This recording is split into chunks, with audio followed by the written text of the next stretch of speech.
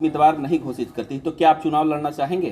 कभी नहीं, हम चुनाव नहीं लड़ेंगे। अगर भारतीय जनता पार्टी नहीं चाहेगी तो चुनाव नहीं लड़ेंगे।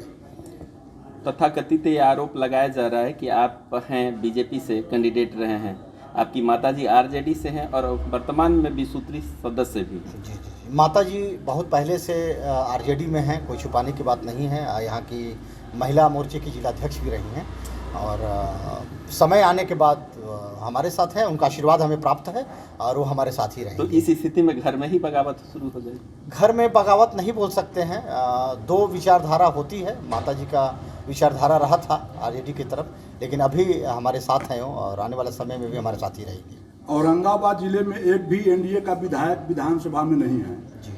और वैसे स्थिति में यह समझा जा रहा है कि बुनियादी स्तर पर भारतीय जनता पार्टी कमजोर है, एनडीए कमजोर है और आप लोकसभा में पुनः फतह करने की बात कर रहे हैं। जी, चलिए, वो समय और था, अब पास था, कहीं कुछ कमियां हुई हैं और उसकी समीक्षा की जा रही है और उस समीक्षा के ही तहत मेरी दावेदारी है कि अगर टिकट मिलता है तो आपका 6 का 6 सीट भारतीय जनता पार्टी और उसके अलायंस को ही मिलेगा। अभी भ्रष्टाचार के सवाल पर जो चर्चा कर रहे थे, औरंगाबाद जिले में यह स्पष्ट आम लोगों की अवधारणा है कि अधिकारी भ्रष्टाचार के मामले में जन शिकायत को नजरअंदाज करते हैं और जांच के बाद खानापूर्ति और दोषियों को बचाव पक्ष में काम करते हैं। जी, सही बोलना है। भ्रष्टाचार अभी चरम पर है और सुरक्षा भी अभी चरम पर है।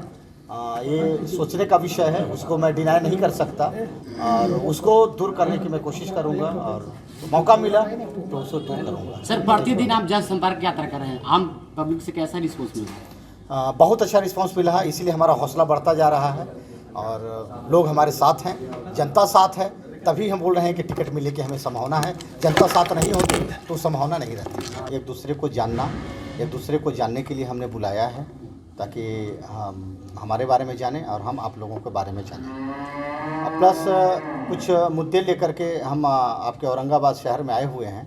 विकास का मुद्दा, और विकास में स्वास्थ्य, शिक्षा, सुरक्षा, सड़क, ऐसी कुछ चीज़ें हैं जो कि अभी भी काफ़ी कार्य करना बाकी है। उस कार्य को करना हम चाहेंगे। स्वास्थ्य में हमारी सोच है कि हर पंचायत लेवल में स्वास्थ्य और शिक्षा की अच्छी सुविधा हो। स्वास्थ्य में कम से कम एक अच्छी हॉस्पिटल हर पंचायत लेवल में, ब्लॉक लेवल में ऐसी हॉस्पिटल हो कि रेफरल हॉस्पिटल ना हो।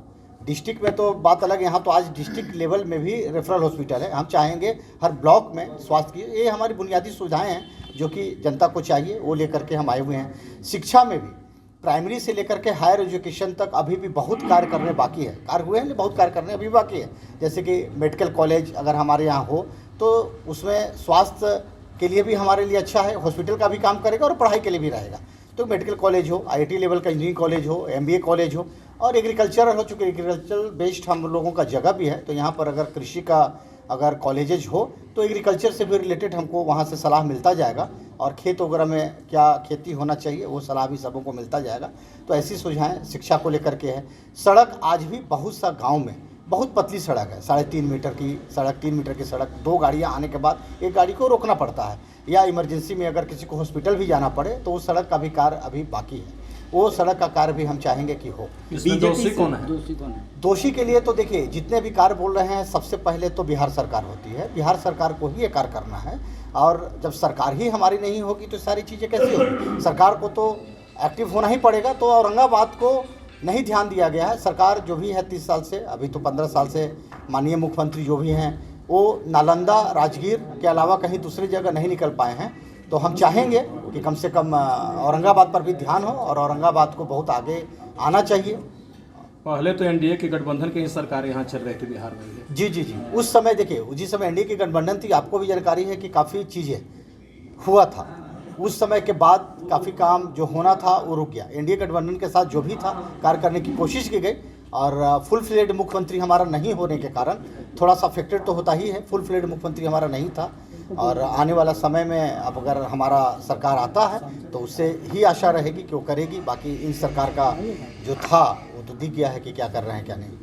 अच्छा, एक चीज़ बताइए, आप टिकट को लेकर के आश्वस्त कितना है? क्योंकि भाजपा से ही आपकी वोट दिख रही है, कहीं कहीं बैनर दिखाई दे रहा है। जी जी, चूँकि हम स्वयंसेवक हैं और स्वयंसेवक कभी भी भारतीय जनता पार्टी का सपोर्टर होता है, तो हम भारतीय जनता पार्टी के साथी हैं और टिकट के लिए तो हम आशान्वित हैं, पूरी तरह से आशान्वित है। ये कार्य ऐसे केंद्रीय नेतृत्व का और जनता का है। जनता की आवाज़ को केंद्रीय नेतृत्व कैच करती है और उसके हिसाब से टिकट देती है, तो हम आशान्वित हैं कि हमें टिकट तो मिलेगा। क्या ये जाना जाए कि औरंगाबाद बीजेपी दो खेमों में है? ये एकदम क्योंकि नहीं। एक तो नहीं। सिटिंग विधायक सांसद हैं, सिटिंग विधायक भी रहे जी, जी। और ये सारे चीज उम्मीदवारी अपनी अपनी दावे कर रहे हैं। जी, देखिए कभी भी 2 खेमे 3 खेमे में नहीं होती है। जिसको भी कमल मिलेगा वो सब लोग उसके साथ होंगे। मैं आप लोगों को दावे के साथ बोलता हूँ, जिसको कमल मिलेगा उसके साथ हैं 101%।